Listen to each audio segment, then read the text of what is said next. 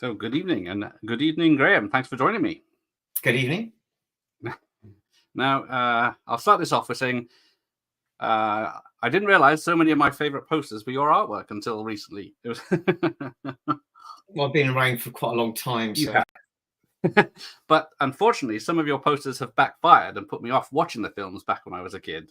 well, have you seen the films more recently, though? I have watched them all, most of them all, yes, now. Okay, that's okay. Particularly Return of the Living Dead. I remember the big poster in the video shop. I thought, I'm not watching that. But, right, so people are coming in. We'll take any questions later. But what we'll do, I'm going to share your website because it's got all the pictures I need. So, here we go. So just give a quick glance of just a taste of what you got. I'm afraid it hasn't been updated for about 2 years, so maybe 3 years even. So there's a lot of stuff, at least another 200 pieces which should be on there, and I'm going to remove a lot of the older stuff as well because it's no longer relevant. Yeah. Is it harder to upload stuff because you do everything by pen and paper now, or pen and paints? Yeah, well, basically, I've got the website was put together for me by a friend, and they've made it so that I can actually access the software and update everything. But it's literally just a question of sitting there and actually doing it. I tend to put any new stuff onto Instagram. Yeah. So that's where you can find anything that's more recent. And of course, the most recent book has pretty much everything from the last 4 years. So in many ways, that's probably a more updated version of the website, if you like. Yeah. Okay. So the book is the link to Amazon. It's available in other places, but I don't know if Amazon's the best one for you. Well, the publisher thinks his own website's the best place. I think Amazon don't get their cut then. That's a good point. So yes, who is the publisher? It's a Correro Press. It's a Korero, Correro Press. Okay. So yeah, check them out. Because that's the link to Nightmare on One Sheet, the horror art of Graham Humphreys. And then we also have a second book, Hung, Drawn, and Executed. That's the first book, yeah. That's the first book. So yeah. Right. So first comment here. I'll pick this up. Oh, hang on. I'll remove this for a minute so I can see you. So you signed at the Starburst Festival a few years ago. So that's Matt from Pugwall 3116. Yeah, I guess that's any conventions coming up. Well, there are, yes. I've got about 4 or 5, I think, coming up. So Sheffield Horror Con will be the main one. Right. I'm doing one up in Blackpool in July, which is the Boneyard Weekender, which is a going to be more of a sort of rockabilly, psychobilly event, and I've got sci-fi thing in Scarborough coming up. I think that might be the first one coming up. Then there's one in Great Yarmouth, Sci-Fi Weekender, Great Yarmouth, and I believe there's another one. I can't quite remember what it is now. But I think there's literally about 4 of them anyway coming up from I think the first one's in March, then going through to July. So it's literally one a month. Yes. Okay. Where's the best place to check for your upcoming dates? Instagram or probably Facebook and Instagram. Yeah, definitely. I mean, on Instagram there'll be at least sort of a week, 2 weeks notice. I would have thought for each event. Nice. No Western Superman on that list yet, then? No, unless you invite me. Of course. We have a Comic Con here twice a year or once a year? No, once a year, I think, usually on the bank holiday Monday in August. So it's a very small affair, as you can imagine. That's bank holiday in August is always a Fright Fest here in London. So yes, there you go. That might be a better offer. It's just easier to travel. Yes. Now, so yes, I had no idea you did the From Dusk Till Dawn poster. Yeah, it's one of those rare items which I did in a period of time where there was a lot of Photoshop work, and there literally wasn't. I mean, the idea of doing an illustration wasn't even considered at that point. So yeah, the thing is, the quality of the photographs is so poor. I ended up doing a lot of Photoshop work on them. So in some ways, it almost has become a bit of an illustration anyway. Though. Right, I did. Yeah, I did think it was because it is that the style you said at the time was all the faces photoshopped onto it. So, but then, but it is a great pose by the brothers there. And I'll bring this one up. Philomena. Yes, that's right. Phenomena. Yeah, it was recently in the UK as Creepers. There it is. Yes. Now, if that's not. Oh, I'm hiding poor. I've lost my mouse. There it is. Yes. There it is. Yeah, so that's way back in the 1980s, and I didn't really know Argento's work at the time I did that particular poster, funnily enough, and it was quite shameful, really. But also, I didn't realise the film was going to be cut so heavily at the time, so I focused on the scene at the end with the monkey, which was largely cut. It turned out, so I'm sort of overselling it slightly. Yeah, but it's such an it is awesome. It's coming right at you. It's seeing that on the video stores. Yeah, but I can understand. Yeah, it was cut. It wasn't only till the Blu-ray came out. I think I saw it uncut. That's right. Yeah, and it's yeah, different film. but I think Arrow have issued it a couple of times Blu-ray, and then they did a more recent. I presume it's 4K. And they've made use of the artwork for each of those two releases just as a sort of an extra. Yeah. So we'll get to this one. This might be one of my favorite posters of all time. It's the one that everybody seems to remember, apart from the Evil Dead, of course. Of course, it didn't get to in the US because a lot of people. I show the. Hang on. I got an actual VHS. This one.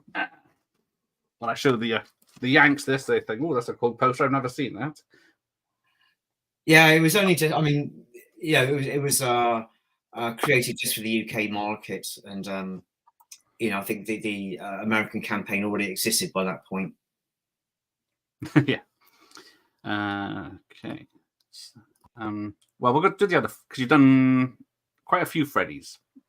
Yep. So you got the second one, Freddy's Revenge. Yep. Which is awesome. Another one I love. But although I've only got the cut down version where they hide his knives on his fingers. Yeah, they did. They seem to have created several versions of that cover. Yeah, it gets kind of diminished. And I think on a couple of them, the purpose was to make less of the blades and also to make less of the school bus. I guess they're kind of it's according to the whims of the time, and there might have been a bit of contention over censorship, things to do with child murder and such like. I mean, all these things that happen, externally kind of do impact on marketing. Yeah, because back then, did you get to see the whole film or just clips or a trailer or something? Freddy's Revenge. Yes, I saw. There was a screening I was invited to, which was, I guess, like a basic press screening. Okay. And then usually at that time I would have had a VHS copy for my own reference as well to use. But I remember I wasn't that impressed by the film, I have to say, and I think the opening scene with the school bus was probably my favourite bit. So that's kind of really why this image is as it is. I mean, I just couldn't find anything else to lift out of the film, really. Yeah, I guess a shower scene on the front wouldn't be the same. Yeah, I think so. I find that if I do new versions of older work and watch films again, my reaction is always very, very different. So I can usually find things that I wouldn't have really considered at the time. You'll probably find that with quite a few pieces of my work, especially with the new reissues from people like Arrow or 88 Films. In fact, I've got two jobs I'm doing right now, which are jobs I did for Palace way back in the time, but there'll be reimaginings of not. I won't even refer back to my original work. It'll just be seeing it with fresh eyes and coming up with something completely different. Sure, great. Because I don't remember seeing this one. Was this? Yeah, it was a fly poster. Only appeared in London, but yeah. It was yes, it caused a bit of a problem for Palace Pictures because I think it was probably license revoked or whatever. What actually was retitled, of course. So Yes. License to Kill. Yeah. So that was going to be the first Bond film in quite a long pause, really, in the whole Bond franchise. And so we realised that the timing was perfect for Freddie for Nightmare 4. So we decided just to lampoon the whole James Bond thing, and yes, I presume it was I can't remember who was United Artists, maybe it was Warner's. Anyway, they weren't very happy with this, and we had to take the posters. Well, I say we. Palace Pictures were ordered to take all the posters down, so it only went up for about a week. But that caused a bit of a stir, and I think it got reproduced in things like Time Out and a couple of newspapers. So it kind of did its job, really, publicity for the film, more so than it would have had otherwise. Yeah, I'll just look at that because it's a lot better than the fourth one. Let me make that bigger.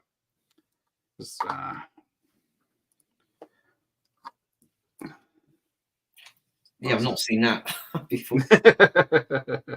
Certainly not up to the standard of 2 and 3 that you did. But right, because there's more Freddy to come, which is that one, which is the Craven or Craven. Which one's this one? That's number 4 as well, actually, I think. 4, so basically stuck with the whole silhouette theme. In a way, it was a kind of nod to Hammer horror. It's I think it was Taste of Blood of Dracula, which the climax happens in a church, and so that was my little nod. I don't think anybody else would have. That's really just for me to enjoy. Really, anybody else would have clocked that. But also, of course, I really like the shocking joke, that having the Craven, as Wes Craven. So I kind of had to get that in there. But also, it's just it was a way of kind of harking back to the sort of drive-in films of the 1950s, really. The idea of a diner, sort of not American Graffiti, I suppose. So there are a number of things going on there, probably most of which nobody else would have clocked at all. But it's kind of what you do at the time. That's cool, because you don't show Freddy in the number 1 and this one. He's just black. Well, I think in the first film, it was a new franchise. Well, it wasn't a franchise at the time, of course. And what you didn't want to do was just show your monster off straight away. So the first poster was a silhouette, and actually everybody was familiar with Freddy by this point anyway. Though it's just, the silhouette was sufficient. Just everybody would know, exactly who it was. And also, I think I think within the film there is a postcard. I think he's like, I think it's Freddy on the beach, and it's like and so I think I used some lettering which kind of, I think it said "Welcome to Hell," perhaps. So so I think that was another angle I was playing with, although again I don't think it was particularly apparent on the poster. No, tells you what you need to know about the films, certainly. See, I've not seen this one before. Yeah, so that was this poster was created in tandem with the teaser poster, which was a pregnant Freddy, and so the two played against each other. That was the whole point. Yeah, I remember the pregnant one. That didn't get in America either when people saw that one. Right.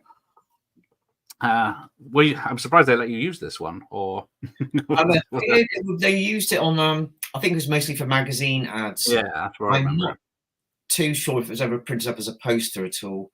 But I know that this particular poster came with the little poem as well, which is like sort of based on Rockabye Baby, I believe. So it's very much playing with the idea of infancy. Because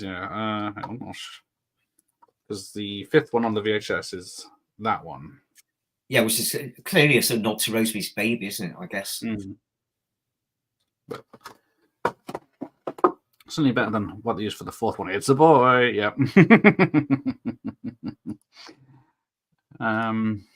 We're back to Philomena. Hang on, let me come out. Go back to the beginning because where is it? Oh, it's on the VHS section. Had that. So the Evil Dead ones. Now, because I have, yeah. So it's part of it, which is a little corner of it. But this is obviously the cut VHS. Sam's tree bits, but when did this one come out? It's just for the 90s video. I painted it in 1982, the end of 1982, and I think it came out in 1983, very early 1983, if I remember correctly. So kind of, yes, it's just always been a bit of confusion about that. So in my head it's 82, but actually I think people will tell you it's 83. But yeah, beginning of 83. Yeah, because not that I've seen one. It was on probably the pre-cert video.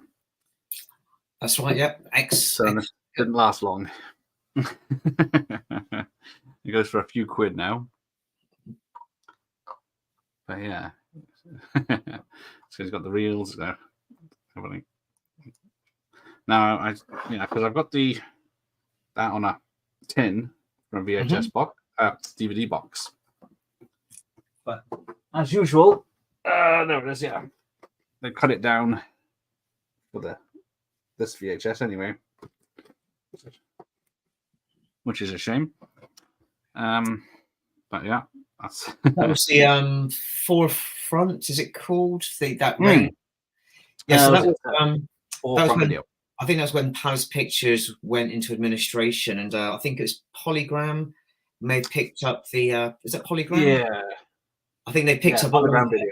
They picked up a lot of the old titles and just decided to flog them off really cheaply. So it's like it was a budget range, and that's why there probably wasn't so much reason to spend much time on presenting them particularly in any kind of spectacular kind of way.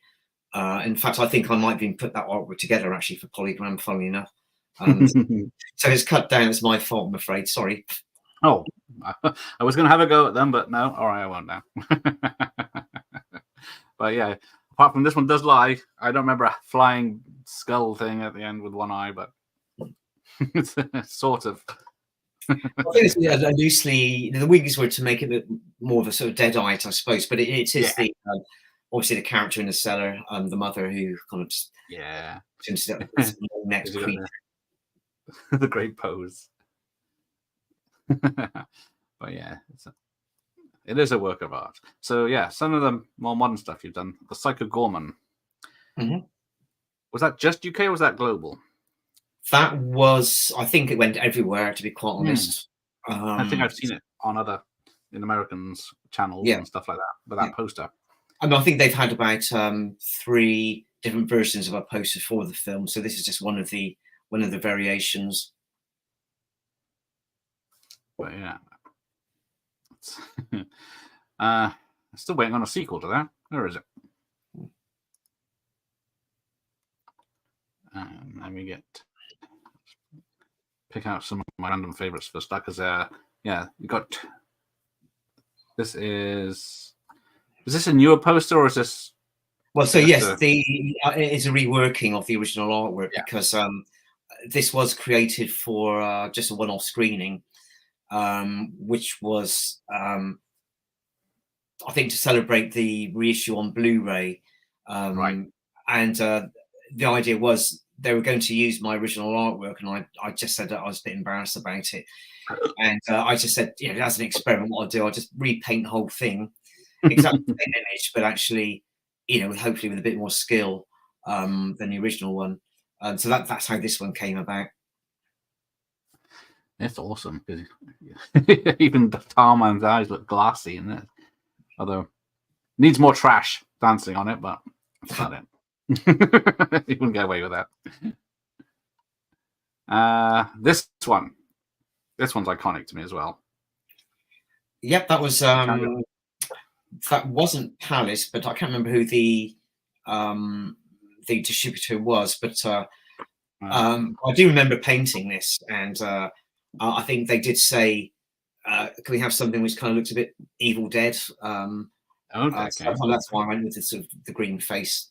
It's I think it's a generic face. It's probably I probably use myself as in part as Right. a model. I mean, at the time I always used to create my own poses for a lot of the work.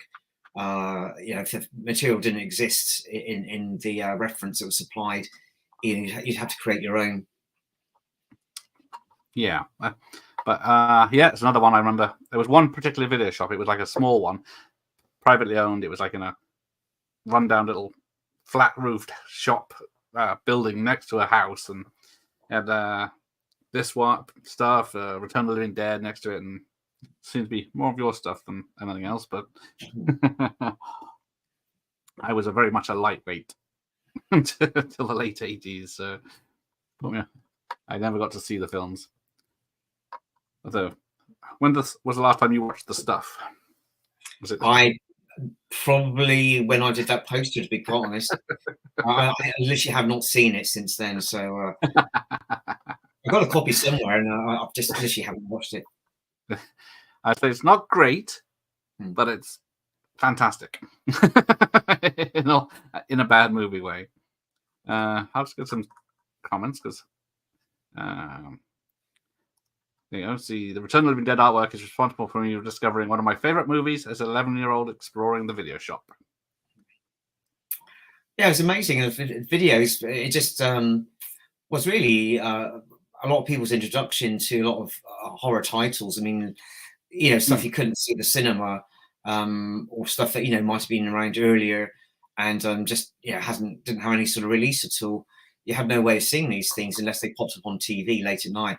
So video shops were, they really heralded a sort of golden age for horror, because I think once distributors realised that there was a market for the films, that they just started making stuff to fill the market, and that's why the 80s were so rich.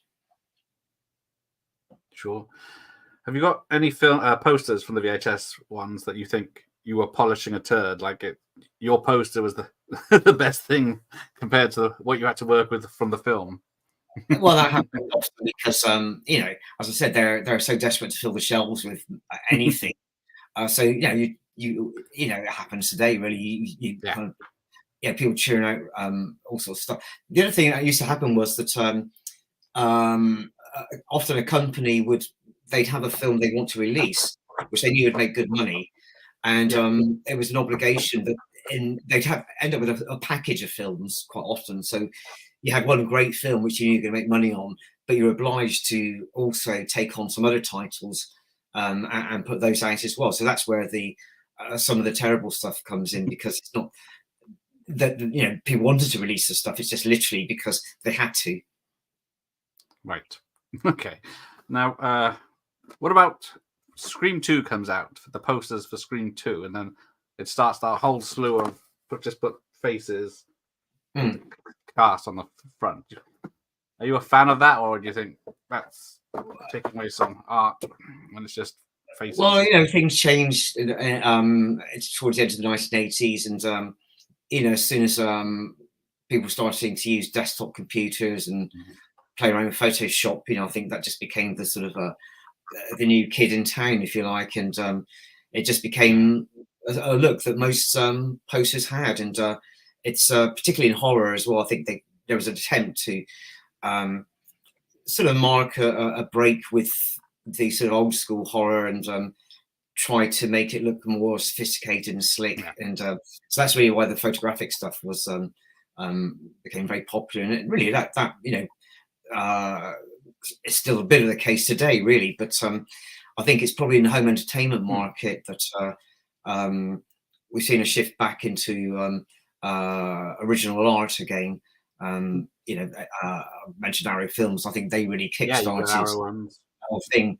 But 88 Films. I'm doing work with I'm trying to think of Second Sight, Eureka, the new company, Film Treasures, Fabulous Films as well. So there's any number of people putting stuff out with new artwork on. Yeah, because how do you feel about the state of physical media at the moment, where people are saying it's dead and streaming is the future, where you don't get such luxuries as Well, posters? the evidence is otherwise, because I mean, people still collect stuff, and Hmm. physical media, streaming supposed to have killed Blu-ray, about 10 years ago, and in the same way that vinyl was supposed to be, supposed to be dead as well. But Yeah, it just outsells, well, CDs really, and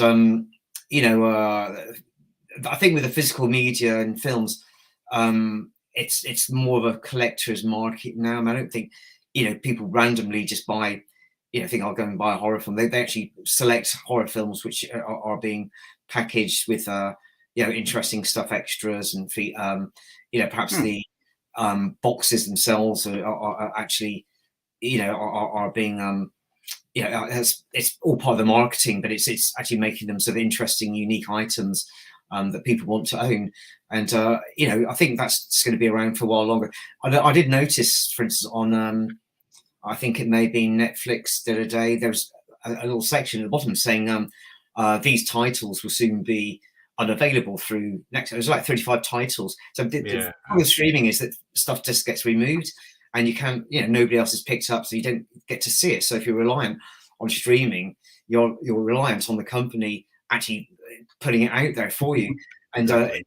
things will just disappear. So literally, if you've got a film you really like, the only way to guarantee you can actually continue to see it is to actually own an item which you can just plonk in at any given time yourself, and not be reliant on the whim of some company that's just literally there just to generate money, Yeah, with a fast turnover.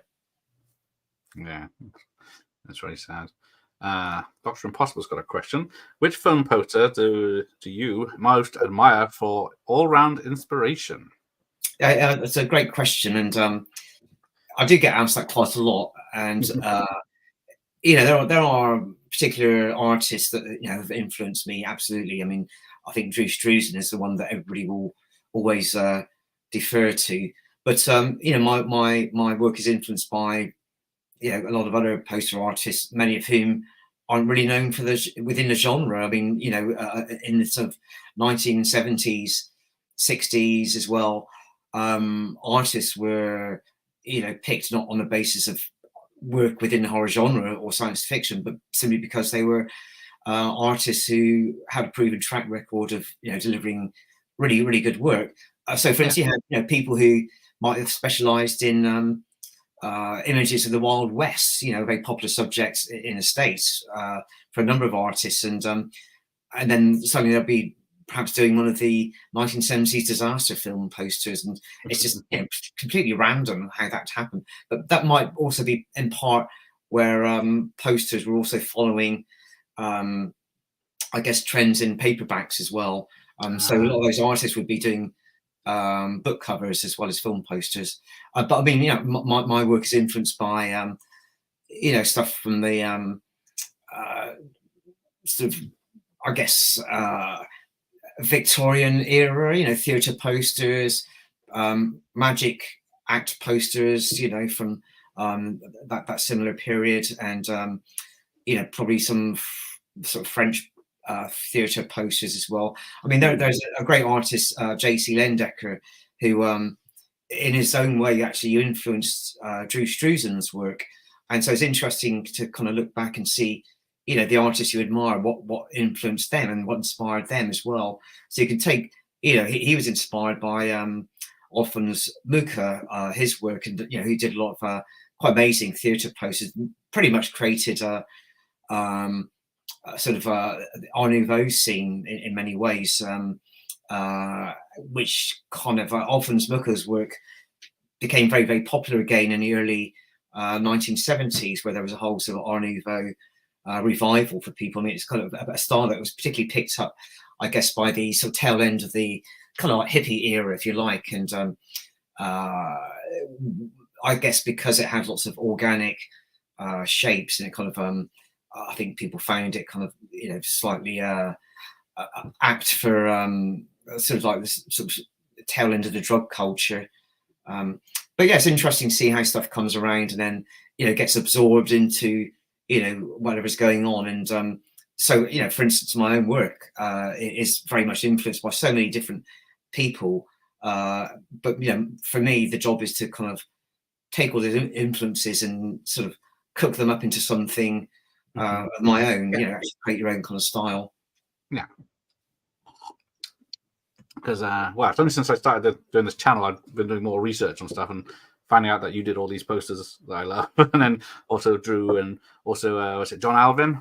Unfortunately passed away. A lot of his posters I like arachnophobia and stuff always intrigued me back in the day. But you got all times. So yeah, about to catching your eye in the video shop, which is walking down an aisle, so they want your business. Sit down and say hello. Hi, how are you? This is Graham. He drew this picture, Return of the Living Dead. Don't get scared now. Right, I think I'll shut the door. Get to bed. So yeah, it was just.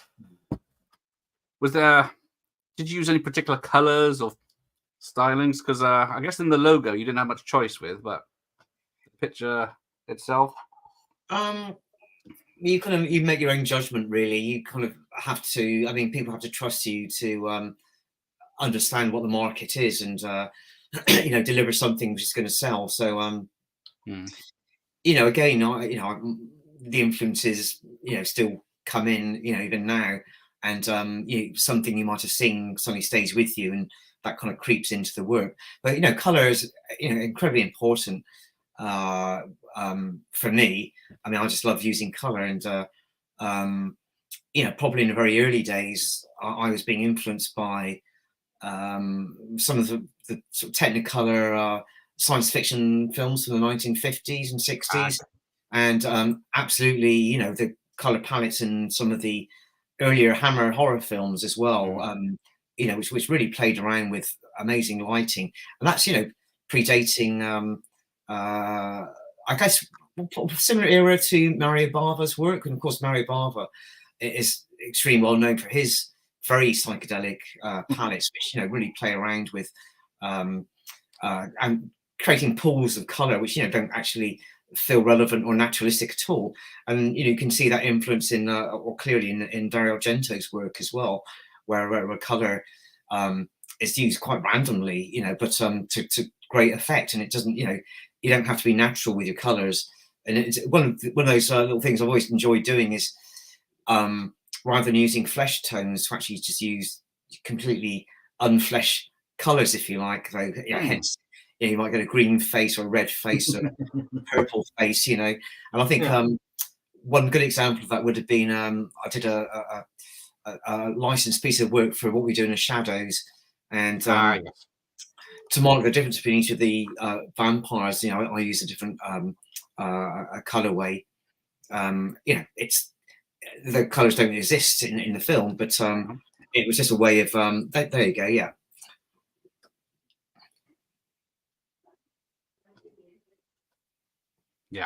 It's great. I love that. Speaking got the guy with the back head. But yeah, that's great. Oh, let me just shut up 1 second. Right. So I'll go back to vintage VHS. But there you go. So that's the version. Oh yeah, I can see the difference now between the two, but yeah, still. And that was very much intended to be like a cartoon. It was like a nod to sort of old pulp comics, and also it was influenced by music as well. I mean, one of the selling points on this film at the time was that the Cramps and the Damned were in the soundtrack. So kind of I was trying to give it sort of almost like a psychobilly kind of look as well. Okay. But yeah, let me just. Oh yeah, because Where was it called? Creepers? Was it here? Wasn't it? And then it was phenomenal. Yeah, and I don't know what the thinking was. I think it was literally. I think they were going, trying to take it down market, and they probably thought that phenomenal, a word that wouldn't really resonate with a lot of people. Whereas creepers, obviously refers to the insects, and I think that was really what they were trying to do with that, which I think was a bit sort of insulting, I think, to your average fan. But I believe that's literally what the thinking was. Right. Bless them. Spookies, there it is. That's another one I remember. You can smell flesh. You can smell them coming. Yes, it's not one of my finest, but it's it was it seemed right at the time. It was, yeah, it worked for the days when that was on VHS. This is one I particularly remember. I don't remember if I've seen it since, but I remember this in the video shop. I mean, the heebie-jeebies. Yeah, it seems to have. A lot of people do refer back to this particular piece of artwork, and I do remember painting it. But again, it's quite an early piece of work, and I'm sure if I were working on this film again now, I'd be taking a different approach. Do you have any you don't remember painting? Yeah, occasionally people remind me of stuff, and I get very embarrassed about it. People have a habit of uncovering terrible stuff that I did.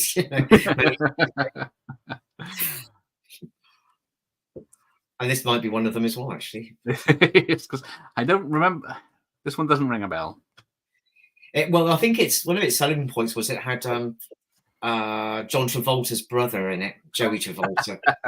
Which they made After that Deliverance. Yeah, I did quite like the hands at the top with the antlers, and those are actually my hands as well, because holding a scrunched up bit of newspaper, and then had to just add in the horns as well.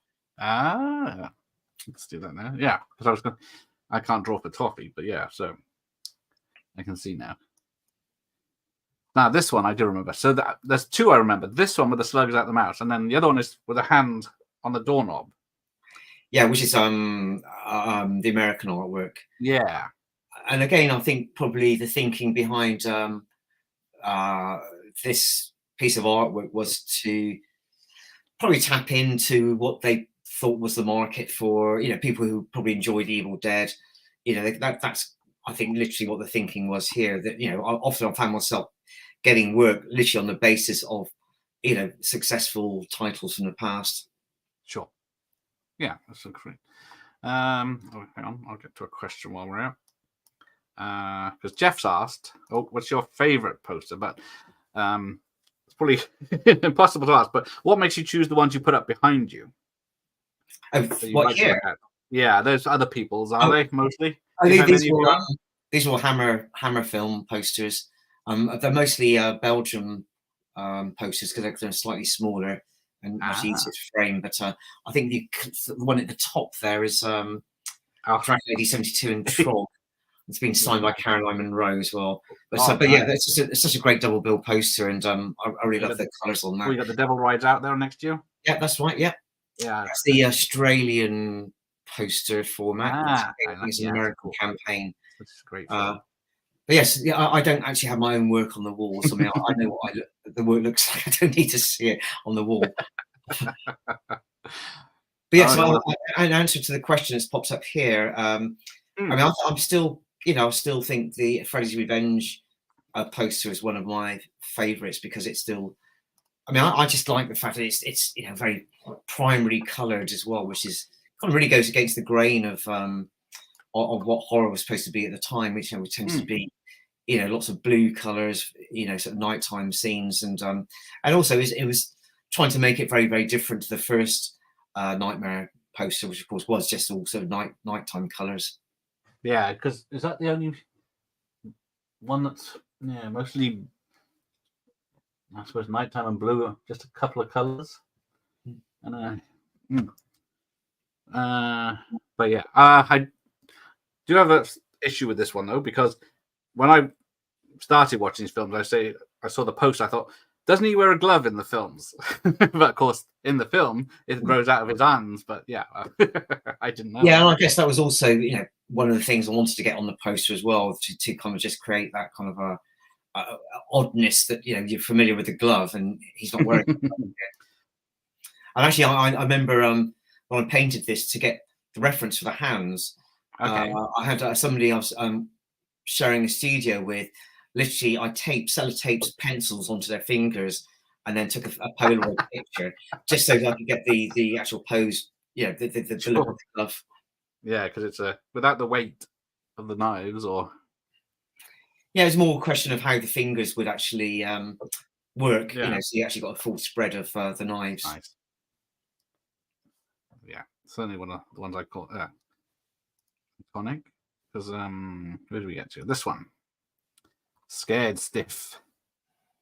Another CBS Fox one. Yeah, this one, it was very odd. This one came about not from the distribution company, but some guy who was acting as an agent. He described himself as a headhunter, which I was quite impressed by. Actually, he wasn't actually not a real headhunter, of course, but Yes.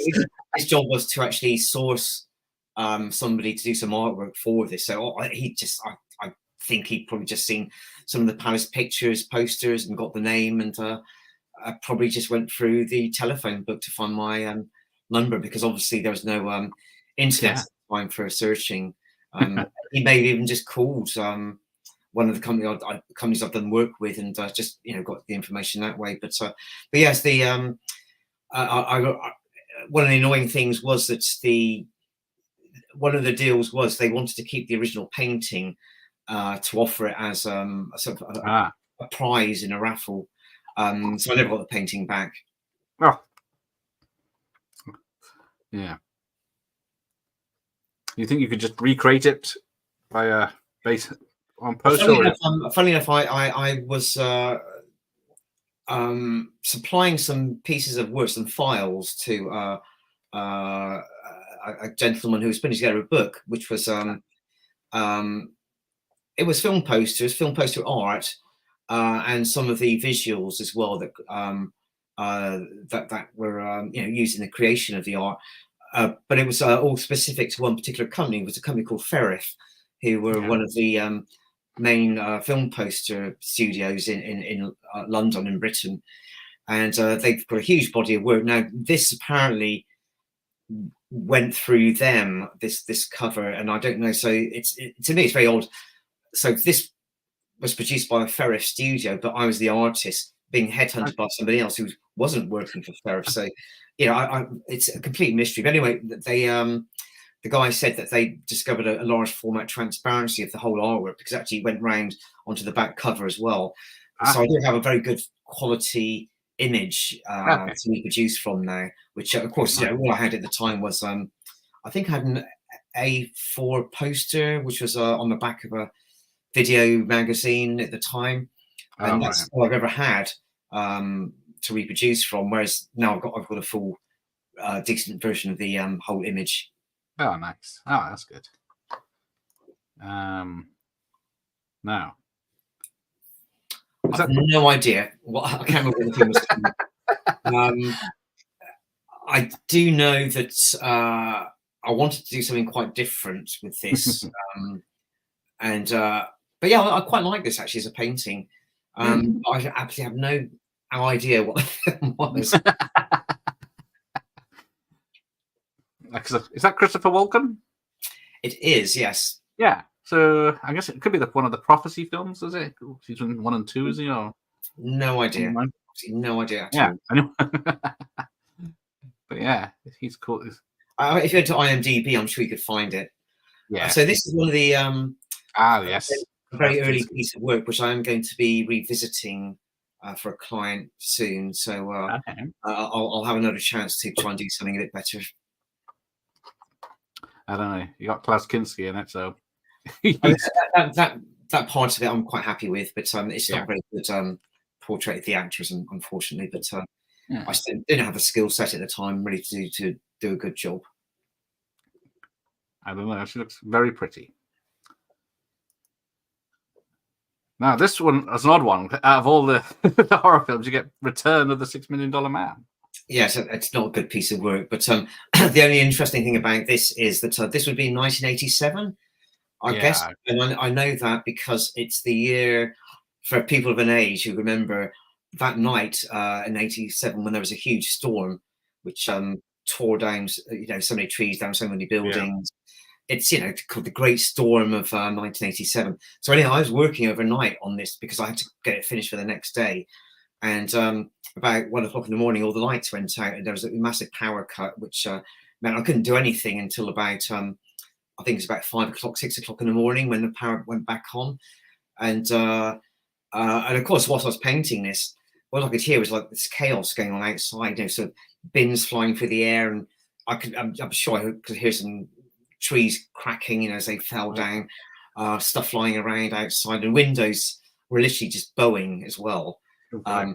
But I was too busy just panicking about trying to get this finished, so I wasn't really, the storm was just something annoying that happened, which prevented me from, completing the job on time. Yes, it wasn't a hurricane; it was just a storm, wasn't it? That's right. Yes.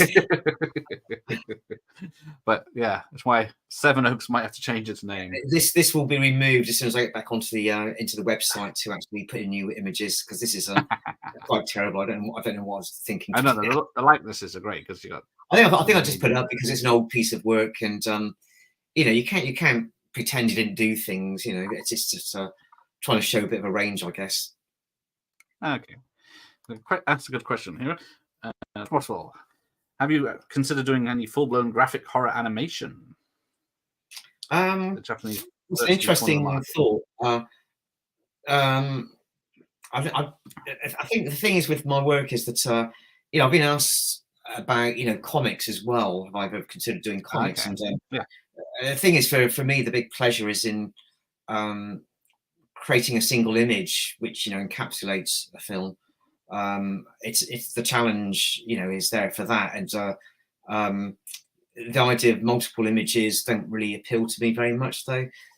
So the idea of I mean, it's a lovely idea, but it's just not going to happen. I don't think. I'm afraid that that's for somebody else who has a different set of skills, to do. And I'm not that person, I'm afraid, though. But thanks for the thought, though. Yeah, because this is another one from the video store. Always put me off. Yeah, I'm still quite happy with this one, actually. It's I've got a soft spot for this piece of artwork. I did sell it to somebody about 3 years ago, I seem to remember. But yeah, I was quite pleased with the colours in this. Again, you can see it's there are no flesh tones in here. I've just used these kind of weird kind of hues, which are meant to be sort of like reflections of neon. And also, green always shouts horror anyway. And also, it's a good way of contrasting with the red eyes and the blood in the mouth as well.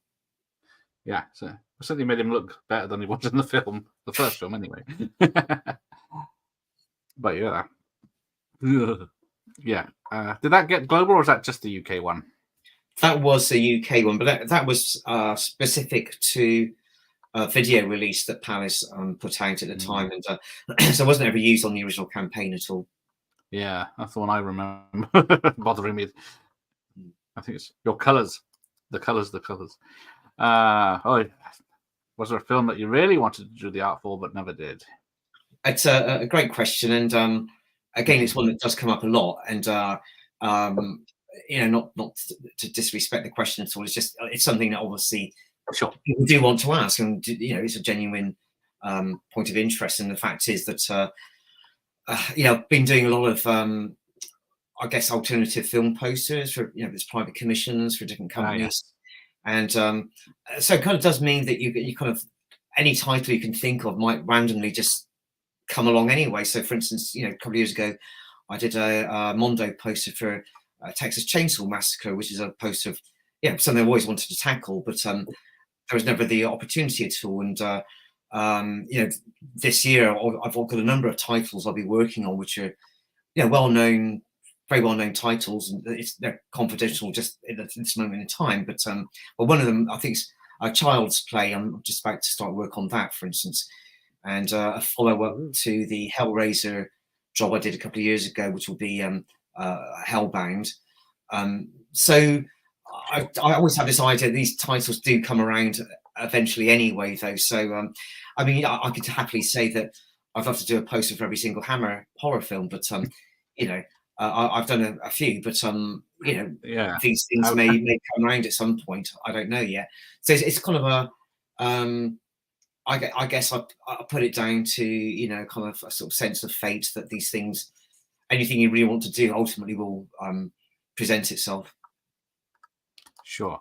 Now, one of my, I wouldn't say favorite films, but one that gave me lasting memories. But yeah, you captured this one amazingly.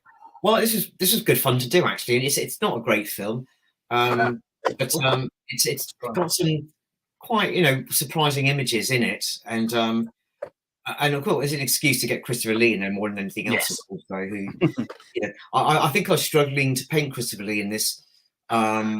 He's one of those faces which, until you actually understand how the sort of physical bone structure actually works in his face, it's very hard to capture him.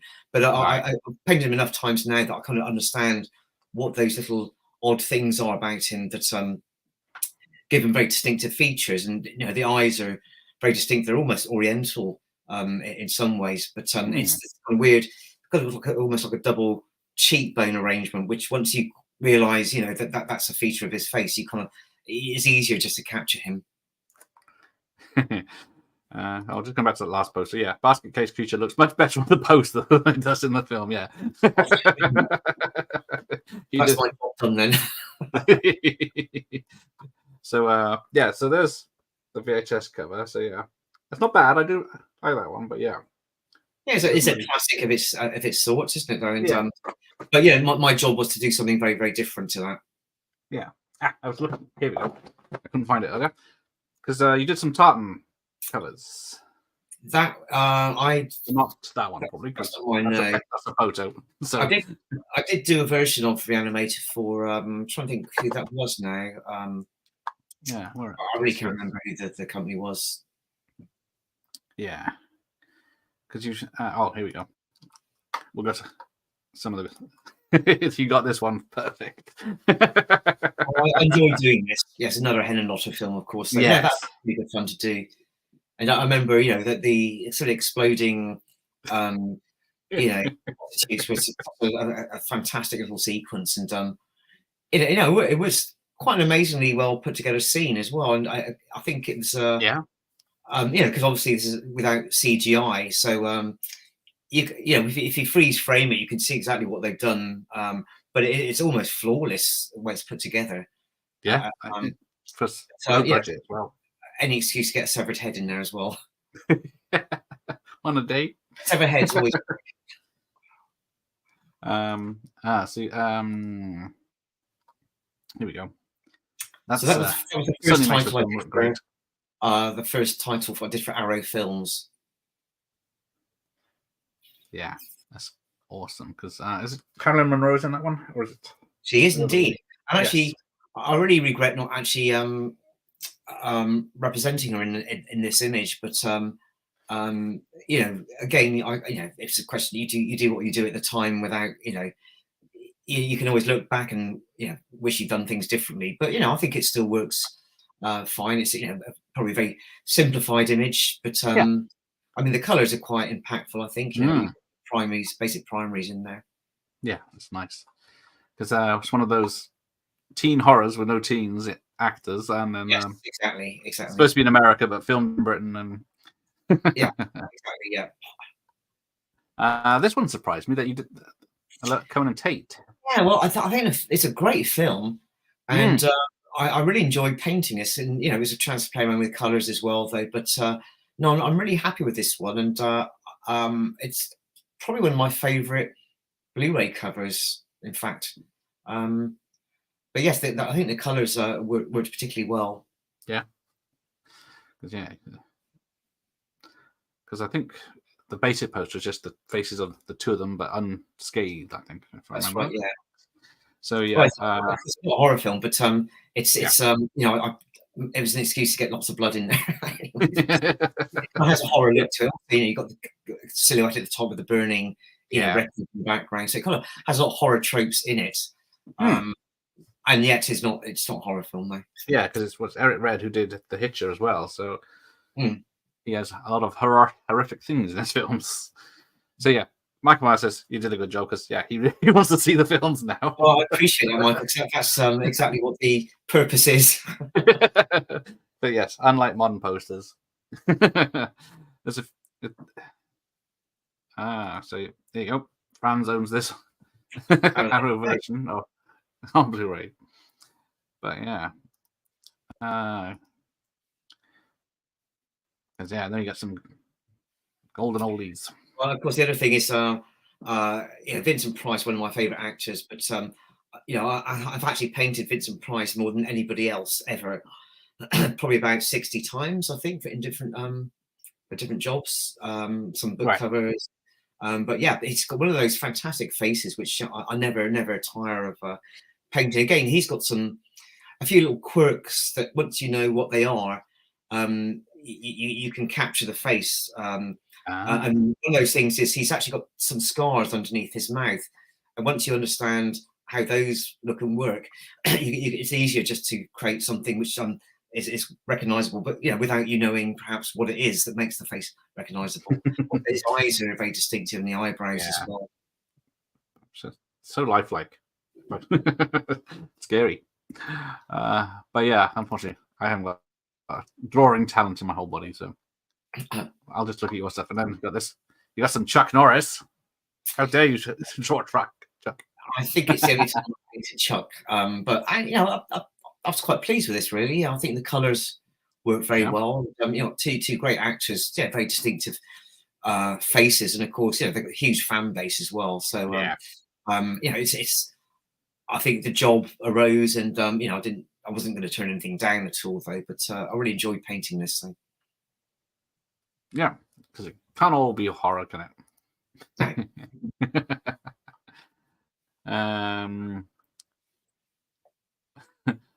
Is that what I thought it was? Eric the Robin? Yes. Yeah, no. Again, funnily enough, I did do a poster for this film on its first release, which is, again, I look at it and it's not a great piece of work, but it was just funny to be able to revisit the film and really get in the portraiture that I thought was more important. And it's almost like a Monty Python film in so many ways, and I really wanted to play up that aspect of it, and also just there's a little bit of horror thrown in there as well, and a chance again to play with color as well, almost a sort of hint of Salvador Dali at the top there as well, almost like a surrealist landscape. Yeah, it's great. Where should we go? So someone's mentioned the Fall of the House of Usher. That's the one we just did. Oh, then this one, she got Peter Cushing, Christopher Lee, and Telly Savalas in one film. How did the film cope with that many awesome people? I know. And it's one of my favourite films as well. But what I want mine too. Really play around with because some people know this, some people don't. It's loosely based on Who Goes There, which is the source material for It Came from Outer Space. The Thing from Outer Space and The Thing. So it's the same source material. So I think, from what I understand, when the film was being scripted, I think early on in the pre-production, there arose the opportunity to use a model train, which suddenly I think shifted things slightly. So everything happens on this train, basically, Trans-Siberian Express. But also, of course, the idea is that the creature originates from outer space. So it's almost like his view of the Earth as he hurtles towards it, which, of course, you see at the beginning of John Carpenter's The Thing. You actually see the spaceship arriving on planet Earth. And I kind of wanted to make a nod to that more than anything else. But, of course, it's a great chance to get in Chris Lee and Peter Cushing, those two great Hammer actors. And, Telly Savalas. I've painted Telly Savalas twice now. Yeah, he was larger than life in that film. Where are we go? Actually, you can see just down at the bottom there, the red one, that's Telly Ah, Savalas, there he is. Lisa and the Devil. Yeah, Don't think I know this one. it's great. No, it's a really good. If you haven't seen it, absolutely watch it. Okay. I guess. Does this mean it's an Arrow release or? It was a release, yeah. So I know where to look if it hasn't gone out of print. Is this Baron Blood? Mario Bava. Yeah, so it's a not great up on film. my Italians.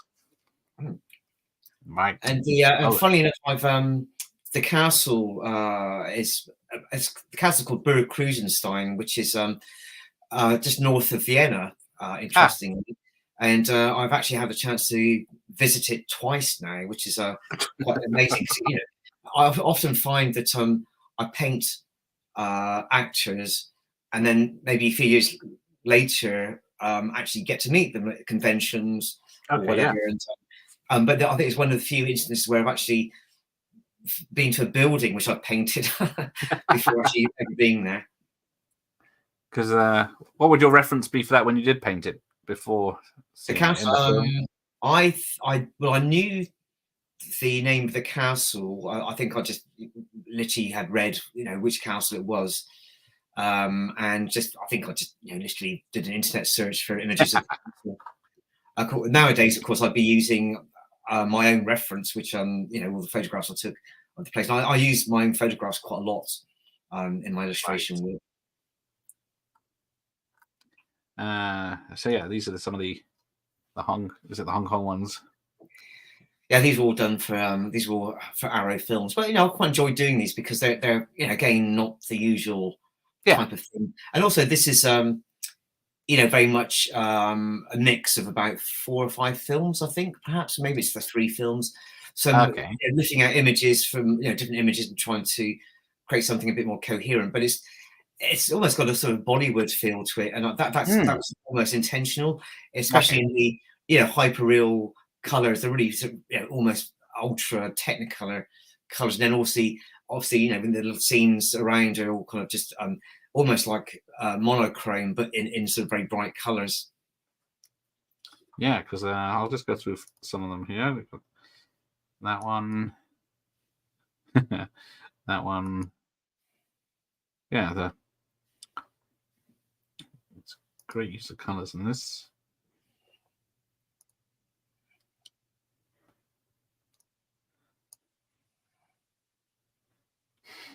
I mean, they were a real challenge to do, but I do think that I think they came out quite well considering. Oh yes, certainly. All right, well, we're back to that. Can't get enough. Back to Sybil. Sybil Danning. Sybil. And then you've got Super Bitch, which was called Stephanie Beecham, who was a character called Sable. So you've got Sybil and a Sable. They also know. Really want to try and create the look of vintage poster. So yeah, that certainly does that. Super Bitch. I don't know that one. I've seen the film. It's fantastic. Oh, there. Right. I'll put all these on my list. Right. Someone point out there's zombie flesh eaters. Where's that? There are different versions. Now I've got versions which are on the website at the moment. So there's the infamous shark. Yeah, this was originally created for Death Waltz Recording Company for a vinyl release. In fact, their very first vinyl release. But then the art was picked up by Arrow Films for their Blu-ray release. So it's had used through 2 different companies.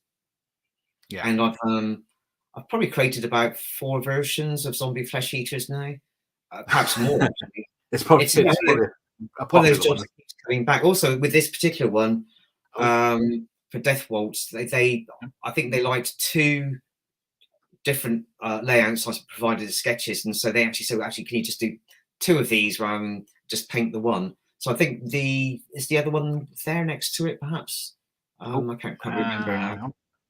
They got Eric. No, maybe not. Page. I'll go back. Where would it be? I mean, let's have a look at general. because yeah, just there's Bridal Runway. So yeah, Puppet Masters, Phantasms. You say it, it's here. What's the one I looked at then? So yeah, the Carrie one. So yeah, we had issues with this one as well because the original painting had some of the falling decorations which are in the background, like the there's some sort of stars floating down. Yeah, and it had to go for approval to I presume it was MGM or somebody like that in the States, and they didn't want the stars in the background. They kind of actually said the stars aren't in the film. Well, they are. Still to prove it, but anyway, so we had to just tone down the background, remove the stars, and I think I just painted a little a new backdrop and then just photoshopped it back in. Right. Because yeah, I thought that was a photo when I first saw it. So well done. It's amazing work. So what we'll do a few more, and then we'll take some questions because we got 101 Bronson, who's a big Sly fan. So that's a spot on depiction of Sly. Yeah, again, it's one of those jobs which I was surprised that I was asked to do it, but it's always good to get things which are not really what you're known for, and to a chance to paint portraits of people you wouldn't get a chance to otherwise. Though, but I actually enjoy painting this. Awesome. I've got a bit of blood in there as well. A bit of blood, yeah. Why not? There's always a bit of blood. Or separate head. So yeah, I've got some of the Amicus films. Yeah. So again, we've got Christopher Lee and Peter Cushing. Yeah. And Donald Sutherland. So again, I had to photograph somebody's hands. I actually had a deck of cards, and actually bought some little woolen gloves and cut the fingers off, and just got my friend to hold the deck of cards in the pose. But you wouldn't know that it wasn't Peter Cushing's hands, of course. No, I perfectly believe that's him handing out the cards. Because what do you think about this this new company that's bringing Amicus back into movies? Oh, well, I know the guy. He's a really, really lovely gentleman, and Laurie Brewster. He's been on the channel about the campaign he had for. Very, very curious to see what the results will be. I'm hoping I think we're talking about maybe doing a poster for it as well. Yeah, I was hoping so. Yeah, makes sense. But what? Because I know they're still doing building work. Oh yeah, there's another version. Captures the guy with the headphones and the pipe. And there's Trash just about to start her dance. Yes. No, it was again, it's going back to the film again, just trying to pull out different things, from the previous version. Yeah. And also, because the cast is so good, probably the first time round, I wasn't aware of just how important some of those characters were. And so, going back to revisit the film, it was just great to get, Clu Gallagher in there, and Don Confer, and it's just, and to get a full Tarman as well, and that amazing walk that he did. It's the walk is iconic, as just as the look of him as well, isn't it? That skinny bloke. Oh, hang on, I got some. Let me remove that a second. So yeah, the Carrie does look like a photo. So yes, thank you. Was there an Arrow Savage Streets one? It's not a title I worked on. There are a few things which are again, I think did something called Zero Boys, and there was God, what was it called now? There was another action film I did a cover for, and I can't even remember what it was now. But yes, stuff that's not really, I wouldn't consider it my usual kind of area. Yeah. So yeah, what release of Copland? Okay. That was I'm trying to think who did I do Copland for? it's possible it may have been a German release, actually. Okay. Now, I honestly can't remember, but if it's in one of my books, then which I'm sure will be, then I will have usually listed who the company was. So without going to research that book, I couldn't tell you. I'll put the links in the I don't chat. recall ever seeing it printed up, although it was used. Okay. Right. Links in the chat for the books. Oh yeah, Jeff was going to just about to ask about that as well. Right. So then we get to this one stands out. Yes, that was for the BFI. It was a collection of films which were, well, funnily enough, all to do with pubs, English pubs. And, so it was their idea to have a, sort of almost a pint being pulled, with the idea of having the title on the optic. Yeah, that was really good fun to do. It is my hands, but I've tried to make it more gnarly. Try to age my own hand. Right. So I had to create the little drawing of the dray horses and the cart in the background as well. Yeah, the dray horses, the huntsman, the English pub, and the glass. Yeah, it's all there. Fancy a shandy, no? Right. There's a couple more. What's this one? I did a series again for the BFI. It was Children's Film Foundation. Oh, right, yeah. And so each release, I think, had about 3 or 4 films on. So that was loosely on the theme of sports. Right. So they're all like, kind of just very odd kind of things to work on. That's another one. The theme was crime there. Right. And that was, I think that was sort of fantasy, perhaps, the theme on that one. Yeah, good old 70s haircuts. Yeah. And that was obviously science fiction. All right. Oh, and we go on to Phantasm. All right, because how many have I got? 1, 2, 3, 4 Phantasms. And those were for, again, I think that was a German company. Okay. That one. That's awesome. You got the tall man. Oh, took the wrong button. Yeah, he's got a great face to paint. Yes. Good old Angus Scrim. Yeah. That's awesome. That took me a second to realize it was a paint drawing. Detailing that. It's really my favorite because it's a lot simpler than the others. I think it has more impact for that reason. I know some lovely grindhouse ones. Yeah, these were fun to do because there wasn't a specific film at all. It's like just literally trying to come up with something which is of the grindhouse ilk, but not being specific to anything in particular. So Jeff's found that Copland. It's a German media book that came out in 2016 and it's no longer available. That's a shame. Thank you very much for the information. I quite often I'll do these things. I don't know where they go, and I no idea who I did. Yeah. Yeah, these pretty much sum up the films, don't they? Can be any of them from that Grindhouse ones. Oh, it's the documentary, is it? That's right, yeah. Oh yes, but yeah, that's awesome. That pretty much summed it up. That's such a shame, isn't it? Yeah, poor Richard Stanley with that one. Well, of course, what's interesting about this job is that I was kind of very much involved in the early part of the pre-production of the film.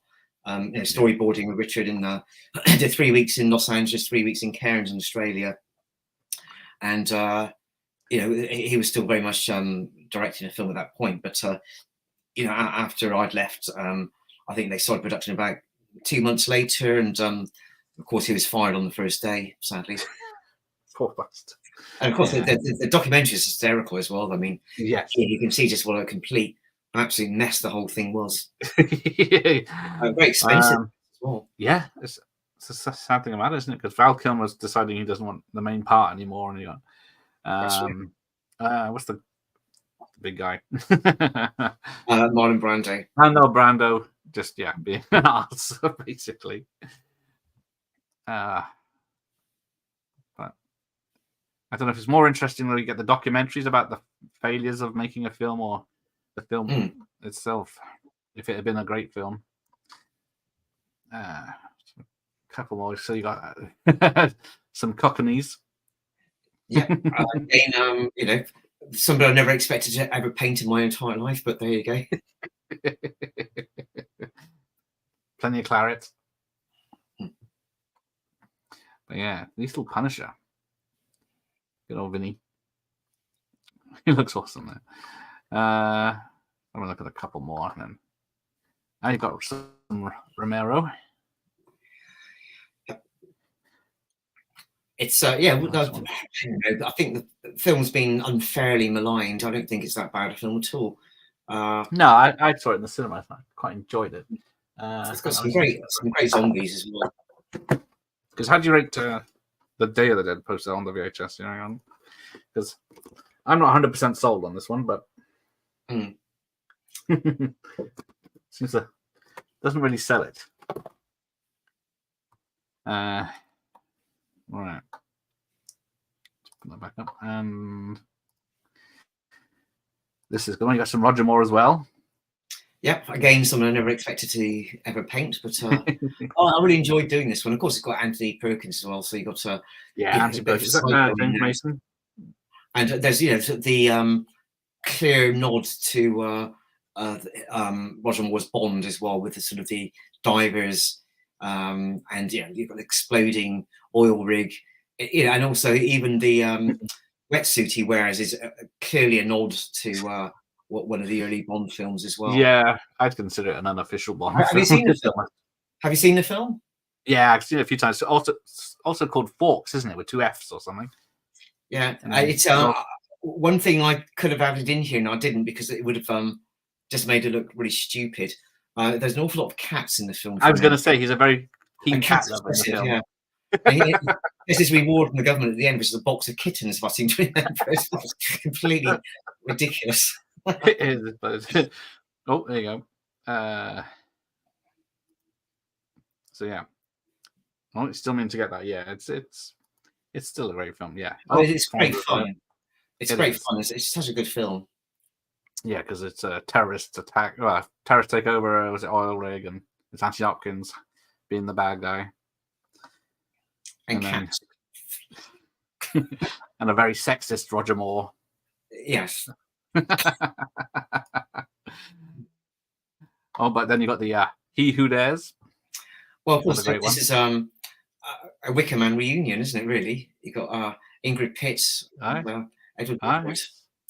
Edward Woodward. But yeah, it's called The Final Option in America, I think, isn't it? I believe so. Yes, it's actually quite a fascinating film. It's not a great film, but it's not a great film. It doesn't have much action in it. It's just mad, ridiculous things in it, and yes, I can never understand. There's the fantastic sequence, which is I guess like sort of like contemporary theatre, which is got some sort of people dressed as skeletons and somebody dressed as an atom bomb. It's completely mad. Yeah, I think it's a damn shame because I think Lewis Collins could have made a good leading man, but he just had the wrong films back in the day. Yeah. But I always loved him in The Professionals. Yes, The Toxic Avenger. There's an awesome. You've got the whole lot to deal with. Yes, all 3 films had to be represented, so that was a tough. Yeah, I think I managed to hold it together. I think that's partly in the use of color as well, just to make it a bit more coherent. Yeah, but it's one of the most busy pieces I've done. I think. I was gonna say, there's each section's got someone or something. I managed to get severed head in there as well. Yes. Lemmy. And a blood splash. Yeah. Sergeant. What's his name? Sergeant Kabuki Man, or is it something else? I can't remember. And then check the wrong one. Hang on, we'll go. Final one. I'll let you go. The Barnes. That's a recent film. Yep. Since worked on Barn 2 as well. Barn 2. Yes. Again, they're very keen to get virtually everybody who's in the film in the image, which made it very, very busy. It's almost too busy, I think, really. But and the last person they wanted to squeeze in, the last minute was Linnea Quigley. I was going to say Linnea Quigley's right at the top, hiding down the shovel. Yes, just peeping out there. But you got the original Jason from Friday the 13th. That's a child, isn't it? That's right, yeah. And his band are in it. Yeah. Was this a global one, or was this? I couldn't tell you. I think there might have been 2 different covers. Okay. Yeah, it's not the one I remember. But yeah, I remember. I've seen it over Halloween. I watched both of them. Or was it this month? Actually, I can tell you, it happened in a very funny kind of way. Okay. I was at a screening, just like a little private screening of the film upstairs in a pub up in North London, right. With just like a little small film club. But I think the director had, kindly given permission for this film to be shown, and I think part of that was that they would then interview some of the people watching it, which would then go on to a sort of extra DVD extra, and I say how much I enjoyed the film, and said that it'd been great fun to actually painted an image for it. And then lo and behold, the director got hold of me about a week later and said, "Oh, actually, well, I'd like to ask you to do that then, please." That's how it happened. Yes, your reputation precedes you. So I've just got one more question, and I'll let the chat bid you farewell. So you were mentioning earlier that how many drawings do you do? Like, you see one film, do you do several just pencil drawings and then take them in and say, how do you it does depend. Okay. Sometimes you can see there's a way of or multiple ways of approaching an image, and so sometimes it seems right that you should offer those options to the client so they can just decide on which direction they want to take it. Other times you kind of look at something and think, well, actually there's only one possible way to deal with this, and and hopefully the client will agree with that, and largely they do, because they know that you've done what you can with the material, and you try to lift out the best aspects of the film, which are going to best represent the product itself. So that does happen sometimes, and I think the most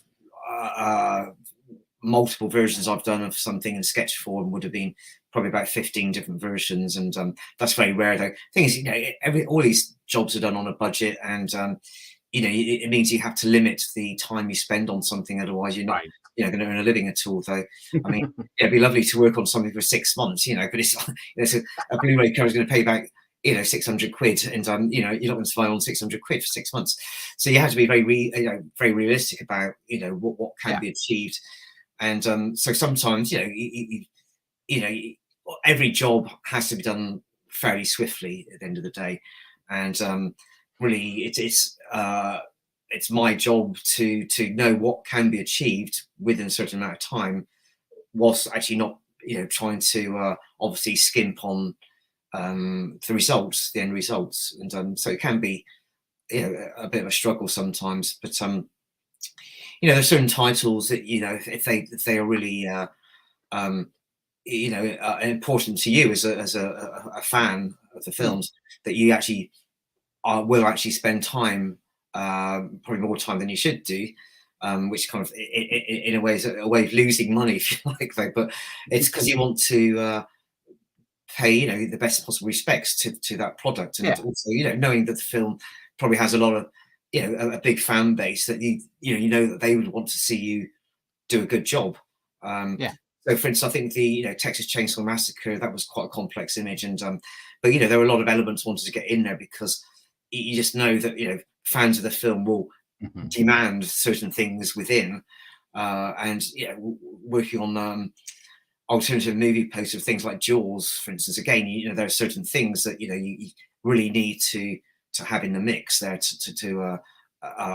because there's always going to be people who will be unhappy with what you do. Oh, yeah. And that's that's just built in as part of anything any artist does anyway. Though there are always going to be people who won't be satisfied. But the idea is you do try to be respectful to the fans of the films, and deliver something which hopefully will be acceptable to the majority of people.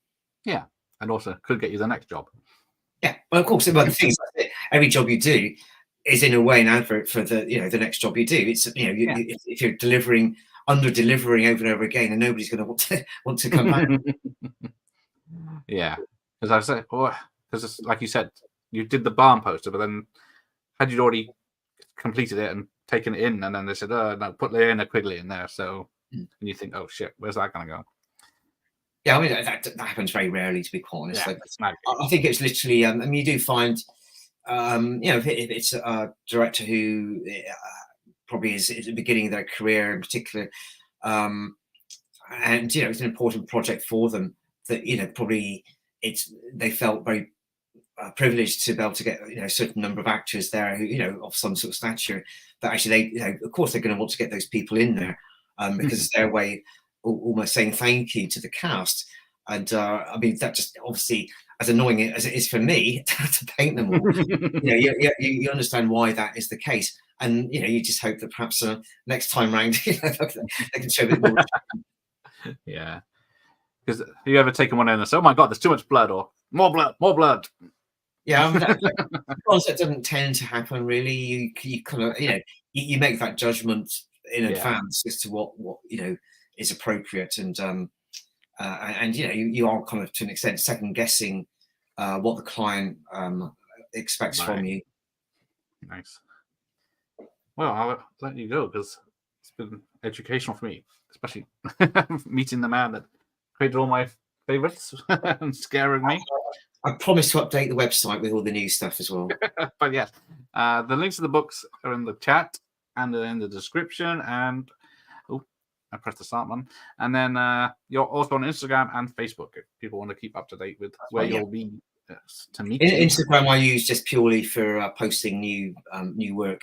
And the other issue I do have, of course, is that you can work on something, but it may not actually come to market, for a certain amount of time. You can't actually show images because they're confidential until the point they're public. So I mean, I've got there's a whole load of stuff out there which I painted about 2 years ago, which still hasn't seen the light of day.